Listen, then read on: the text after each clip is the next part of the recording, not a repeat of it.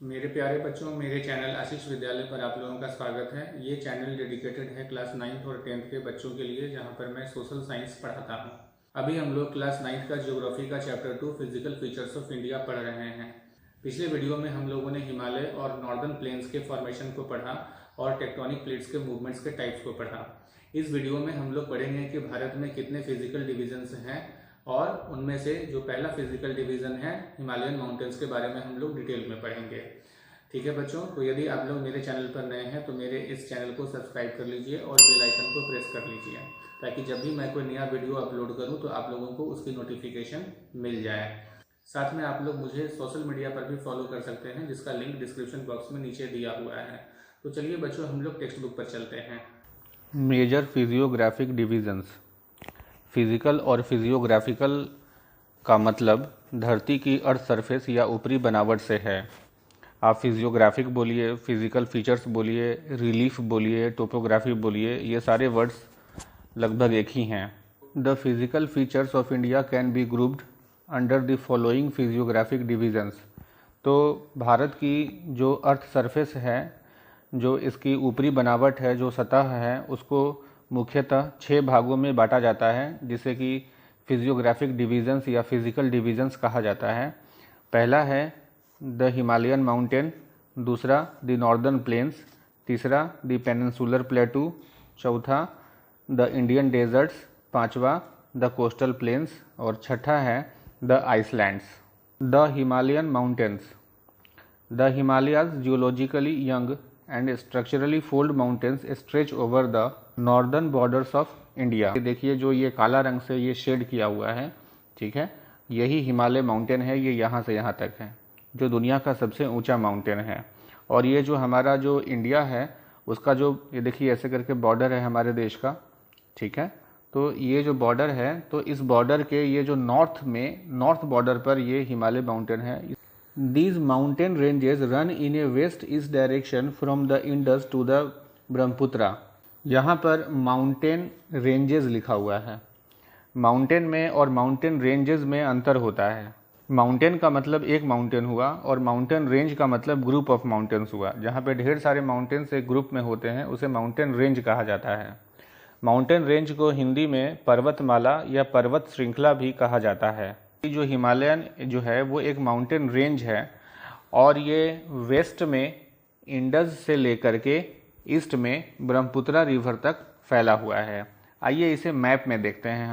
आप देखिए कि यही इंडस रिवर यहाँ पर लिखा हुआ है और दूसरा यहाँ पर ब्रह्मपुत्रा रिवर लिखा हुआ है, ठीक है, और ये गंगा रिवर है यहाँ पर, ठीक है। अब देखिए ये जगह है, यहाँ पर इस तरीके से ऐसे करते हुए इंडस रिवर जो है ये पाकिस्तान में इंटर करता है और बे ऑफ बंगाल अरेबियन सी में चला जाता है।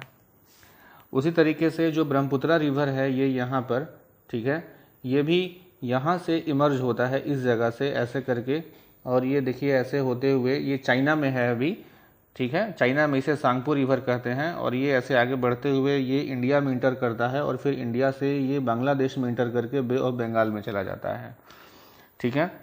और जो गंगा रिवर है वो भी ये यहाँ से इमर्ज होती है और ये इस तरीके से आपको नॉर्दर्न प्लेन होते हुए बंगाल होते हुए ये भी जो है बे ऑफ बंगाल में चली जाती है। तो आप देखिए ये तीन रिवर हमने देखा, ये इंडस रिवर, ये गंगा रिवर और ये यहाँ पर ब्रह्मपुत्रा रिवर। तो ये जो तीनों रिवर हैं ये देखिए ध्यान से कि एक ही जगह से निकल रही हैं, ठीक है, हिमालय से निकलती हैं और हिमालय से भी एक ही जगह से निकल रही हैं। तो ये जो आप इंडस रिवर देख रहे हैं, तो हिमालय कहाँ से कहाँ तक फैला हुआ है, तो ये तो हो गया आपका वेस्ट और इधर हो गया ईस्ट। तो वेस्ट में ये इंडस रिवर तक फैला हुआ है और ईस्ट में यहाँ पर ब्रह्मपुत्रा रिवर तक फैला हुआ है, ये बताया जा रहा है।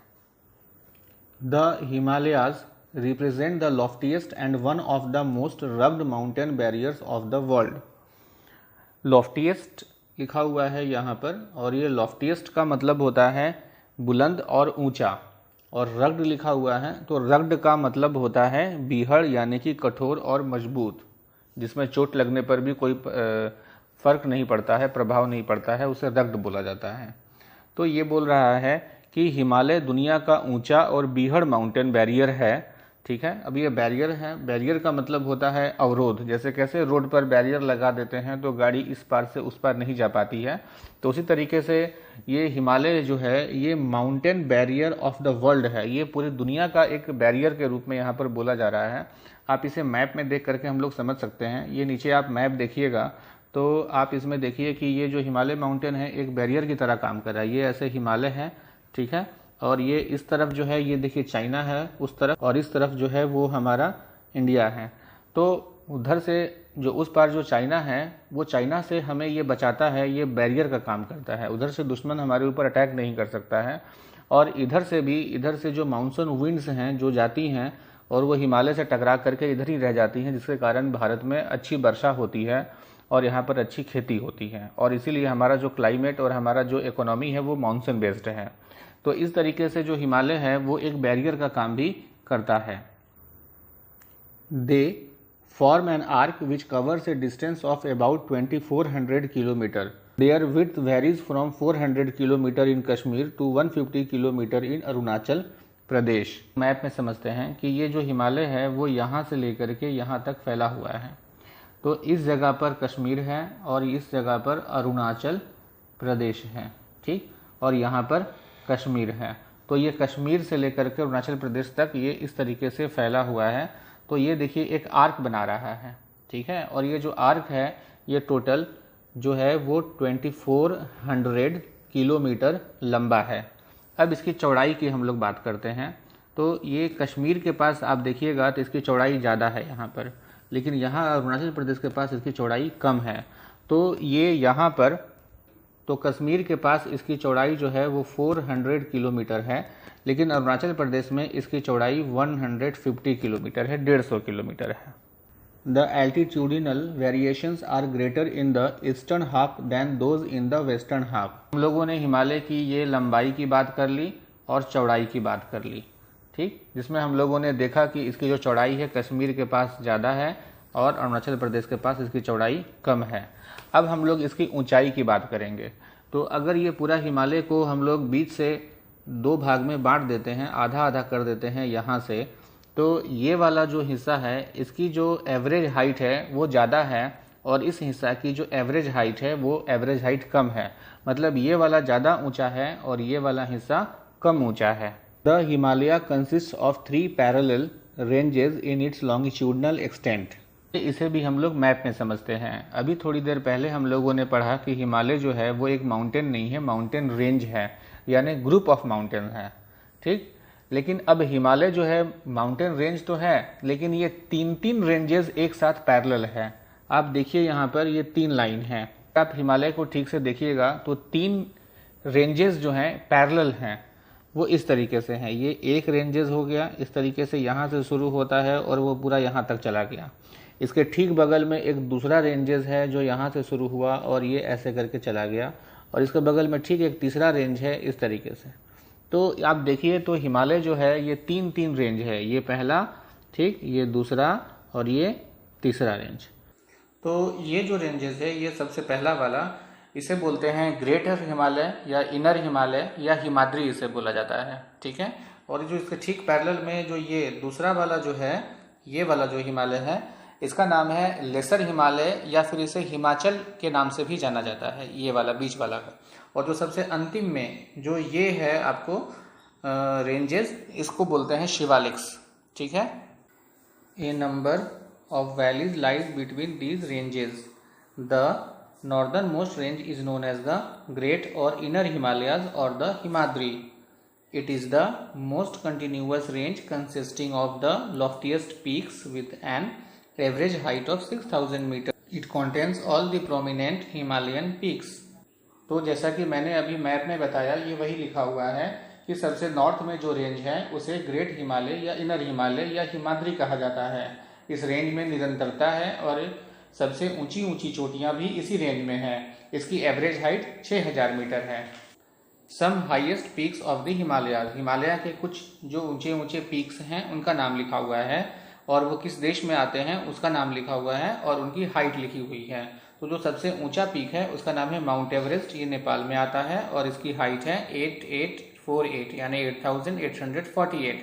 उसी तरीके से कंचनजंगा, मकालू और ऐसे कई बहुत सारे पीक्स के बारे में यहाँ पे लिस्ट दिया गया है। ठीक है, तो पीक क्या होता है बच्चों, पहले इसे जरा समझ लीजिए कि मान लेते हैं कि ये इस तरीके से कोई माउंटेन है। ठीक है, तो ये जो ऊपर में टिप है, ठीक है ना, इस टिप को बोलते हैं peak. The folds of great Himalayas are asymmetrical in nature. Great Himalayas का जो फोल्ड है वो एसिमेट्रिकल है। इसका मीनिंग ये हुआ कि इसे इस फिगर से समझते हैं कि ये कोई माउंटेन है, और अगर इस माउंटेन को हम यहाँ पर बीच से काटेंगे तो एक दो भाग में बढ़ता है, एक ये और एक ये दूसरा। इसे बीच से फोल्ड करेंगे तो दूसरा पार्ट जो है पहले वाले पार्ट के ऊपर में इम्पोज कर जाएगा, मतलब पूरी तरीके से ढक जाएगा, तो इसे बोलेंगे सिमेट्रिकल। और अगर कोई ऐसा माउंटेन है इस तरीके से, ठीक है, और अगर हम इसे बीच से ऐसे क्रॉस करेंगे तो आप देखिए कि एक ये पार्ट बनता है और एक ये पार्ट बनता है। तो जो ये वाला जो पार्ट है वो छोटा है और ये वाला पार्ट जो है वो बड़ा है। और अगर ठीक इसे बीच से हम फोल्ड करेंगे और फोल्ड करेंगे तो जो पहला वाला पार्ट है दूसरे पार्ट को सुपर इम्पोज ठीक तरीके से मतलब ढक नहीं पाएगा, तो इसे हम लोग बोलते हैं एसिमेट्रिकल। तो ग्रेट हिमालयाज के जितने भी फोल्ड्स हैं या जो वो माउंटेन्स हैं वो सारे के सारे माउंटेन्स एसिमेट्रिकल हैं, मतलब एक दूसरे को बीच से सुपर इम्पोज नहीं करते हैं। मतलब उसका जो एक साइड है उसका लेंथ कुछ और है और दूसरे साइड का लेंथ कुछ और है। The core of this part of Himalayas is composed of granite.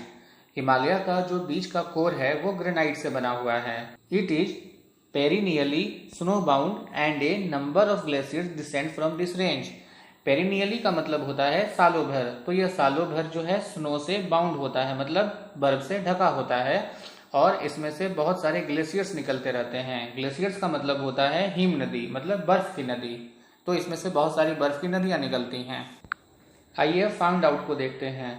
The names of the glaciers and passes that lie in the great Himalayas. मतलब ये बोल रहा है कि ग्रेट हिमालयाज में जो ग्लेशियर्स हैं और जो पासेस हैं उनके नाम बताइए। तो ग्लेशियर्स का मतलब तो हिम नदी हो गया, यानी बर्फ की नदी, और पासेस का मतलब होता है कि माउंटेन्स के बीच में से कुछ नैरो रास्ते होते हैं जिससे कि इस तरफ से उस तरफ और उस तरफ से इस तरफ आया जा सकता है, जिसे कि पासेस बोला जाता है। पासेस को हिंदी में दर्रा भी बोलते हैं। तो मैं एक ग्लेशियर का नाम बताता हूँ जिसका नाम है गंगोत्री, और मैं एक पास का नाम बताता हूँ जिसका नाम है जोजी ला।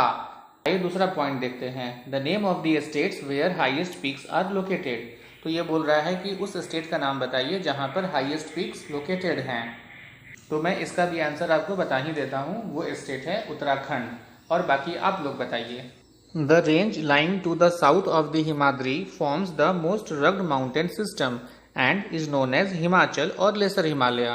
अब हम लोग लेसर हिमालय के बारे में पढ़ेंगे, जिसे हिमाचल के नाम से भी जाना जाता है। यह इनर हिमालय के ठीक साउथ में है। The ranges are mainly composed of highly compressed and altered rocks. इस रेंजेस में बहुत ही कॉम्प्रेस्ड और अल्टर्ड रॉक्स मीन्स ये बहुत ही इंटेंस प्रेशर और टेम्परेचर की वजह से बने हैं और इनमें कोई कंटिन्यूटी नहीं है, ये इरेगुलर रॉक्स हैं। The altitude varies between 3,700 and 4,500 meters and the average width is of 50 kilometre.